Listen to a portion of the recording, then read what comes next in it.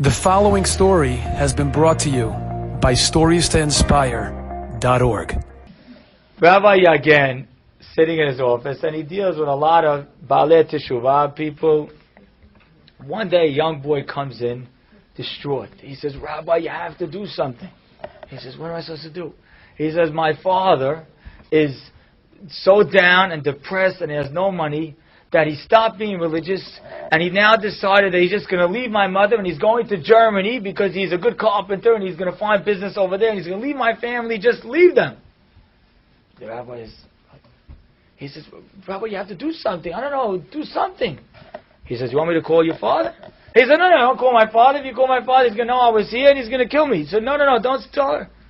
He says, "What do you want me to do?" He says, "I don't know. Here's his number. Don't tell him a word. Don't tell him I was here." Okay. Rabbi Yagen, as the boy leaves the office, Rabbi Yagen calls on this man, Mr. Wiener. So he dials his number, and as he's calling, he has no idea what he's going to tell the man. But he dials, it's ringing. Mr. Wiener answers. He says, "Hi, how are you? How are you? My name is Rabbi Yagen. Hi. Okay." He says, "I have a yeshiva." Okay. "And you see, I need a person who's good with construction to come help me in the yeshiva. Would you like a job in my yeshiva?" "What kind of job?" He says, "Don't worry, it's a full-time job, full-paying job. Come to my yeshiva to come to work."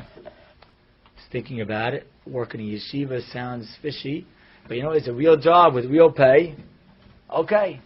That afternoon, Mr. Wiener shows up at the yeshiva with his overalls, with his tool chest, this whole thing, ready to go.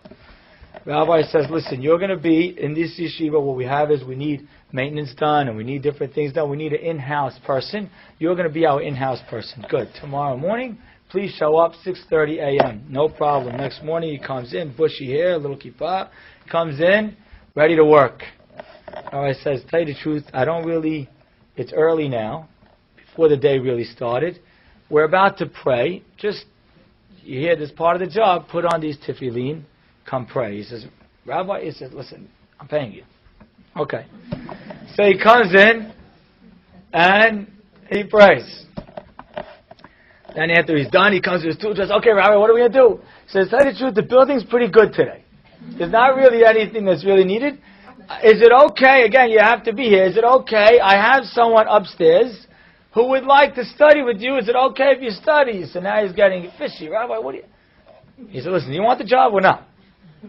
He says, "Okay." Again, he needs the full-paying job. He goes upstairs. He studies with the man for a whole morning seder, from 9:30 to 1.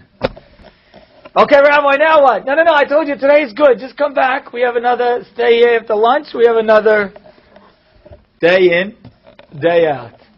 Finally, the end of the week came. The rabbi has to pay him. So the rabbi actually paid him. The boy has been trying to reach his father for 5-6 days. So he keeps calling the hotel room that his father was in. There's no answer. So he comes running to the rabbi. He says, "Rabbi, what happened? My father went to Germany already." He said, No, relax. Come with me." He takes the boy. They go around outside the yeshiva. They come to a window. He says, "Look inside."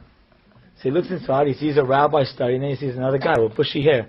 He says, "What's that?" He says, "That's your father. He's studying." A few weeks later, the rabbi was at a wedding or something. A woman comes running over to him. And he says, "Who are you?" She says, "My name is Mrs. Wiener." She says, "Rabbi, can't tell you how our life has changed since you brought my husband into that yeshiva. You don't know how our marriage has changed, our family has changed. Rabbi, I can't thank you enough." Enjoyed this story? Come again. Bring a friend. StoriesToInspire.org